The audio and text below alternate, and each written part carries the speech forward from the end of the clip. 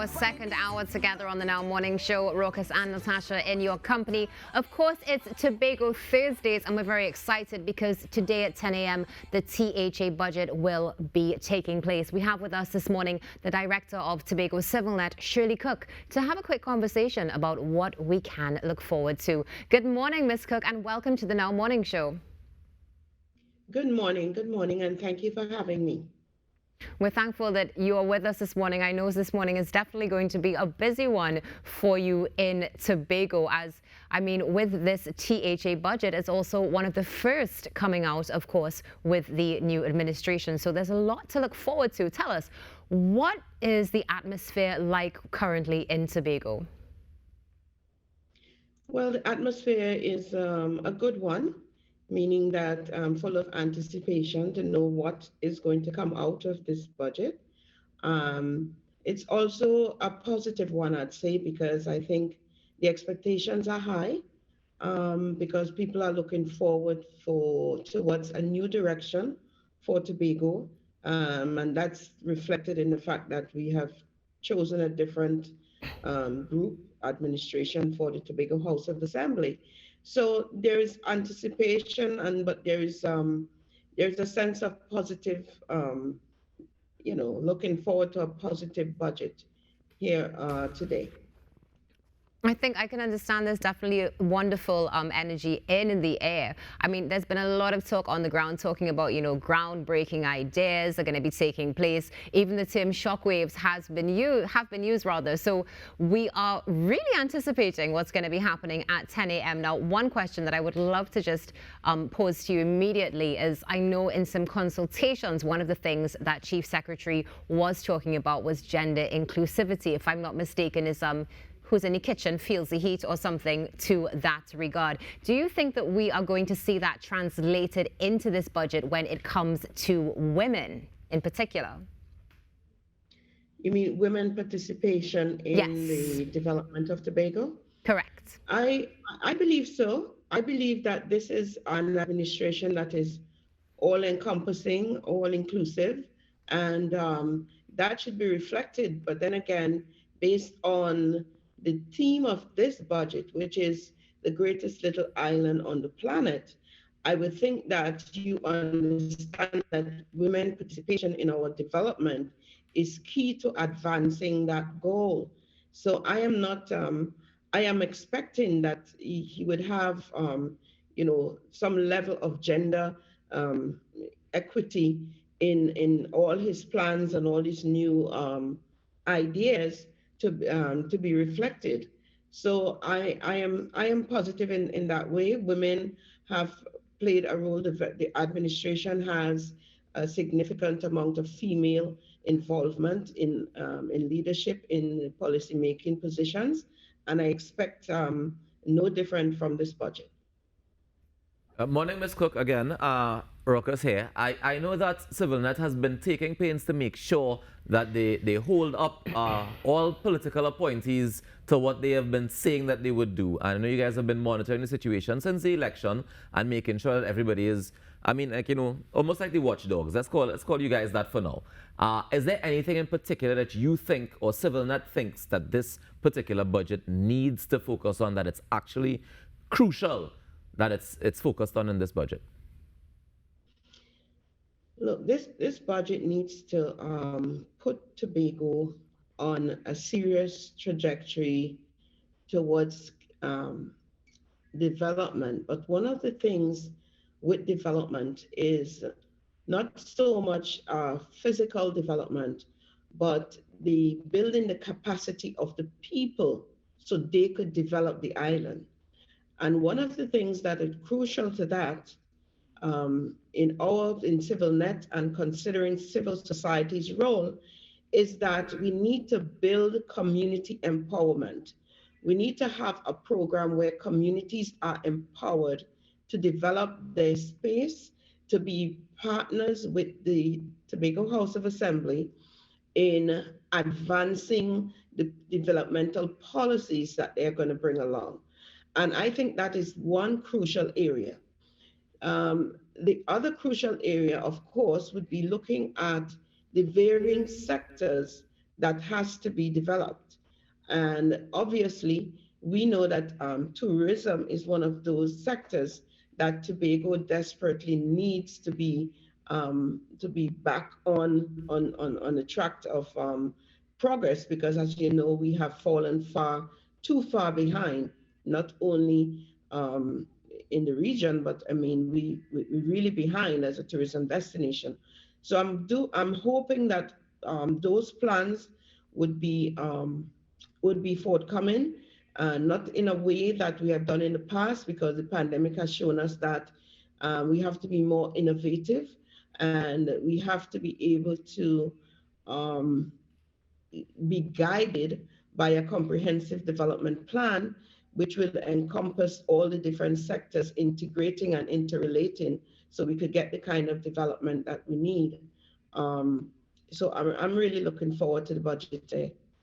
Do we have any concerns when it comes to the recurring expenses of the THA? I know that the Chief Secretary would have said that he was trying to bring that figure down because he noticed a lot of wastage and repetitious jobs and stuff like that. Do we have any concern about the amount of the budget that's spent on recurring expenses, like things like salaries and stuff like that? Well, you're absolutely right. There is serious concern in that regard, because our 90-something% of our budget goes towards recurrent expenditure. That is not sustainable. And in addition to that, we have heard all the different information with respect to um, bad financial management, in some cases, fraud and corruption. And we must address those issues, because that is partly part of the reason why Tobago is not as advanced as it should be. So I am looking forward to mechanisms that would address that. I am also looking forward to a proper development allocation or plans for that. I'm hoping that the central government does not expect that Tobago could achieve the kind of development with approximately $200 million for development. When you're spending that on you're spending more than that on renovation of a building in Trinidad. So I am seriously concerned about what the total amount is going to be, and how much of that would be allocated to the development part of the budget. Are we still looking at the Trinidad budget as the only form of income for Sorry, the I'm Tobago not House of... hearing clearly, but go ahead. I was asking if you're looking only at the allocation from Trinidad in the budget, in the fiscal for 2022, as the only form of income for the THA, or are we looking at generating income for the THA? Do you think that they need to focus on generating, or do we just depend on what is coming from central bank or central government rather? Yes, definitely Tobago should be looking at generating more income on its own. But I tell you something, this is why the autonomy issue is so critical for Tobago, because one of the things is that because of the DRC commission allocation of 4.03 to 6.9, and we constantly get in that lower end of the budget, does not allow us, in addition to that, the fact that there are some areas that the central government is still in charge of and does not give Tobago the kind of autonomy it needs in those areas. It limits our ability to generate funds, but there are other areas we could look at.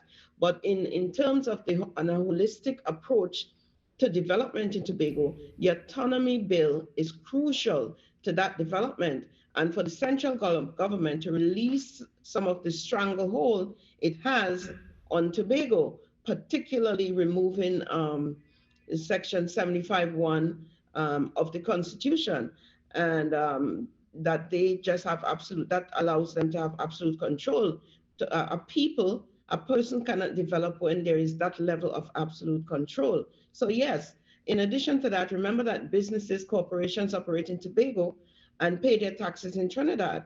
In addition to that, the amount, even if we collect those taxes in Tobago, the central government allocate those amount towards their 4.03 that they give to Tobago. So it would just be an act of collecting the taxes in Tobago, providing that those monies that we collect in Tobago is not part of the allocation that they in central government are allocating to the Tobago expenses.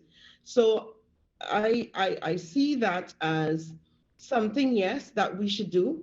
Ability to generate more money in Tobago, but to do so means that we keep those monies in addition to what the DRC says, not as part of what the DRC says. Okay.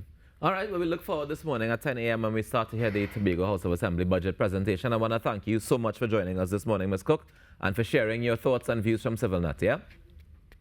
Thank you for having me. Not a problem. Do enjoy the rest of your day. That's Ms. Shirley Cook, the Director of Tobago CivilNet, just sharing with us, projections and ideas and thoughts regarding the THA budget, which will be read out today at 10 a.m. I encourage you guys to stick around and, of course, tune in to see what's going to happen. But, of course, the hot topic right now is the increase in prices of flour. And we at the Now Morning Show, we wanted to get your thoughts. So we went across to Tobago, especially for Tobago Thursdays, to hear what they had to say about the increase in flour prices. The flour mill supposed to think about poor people because the money not going up, it only going down.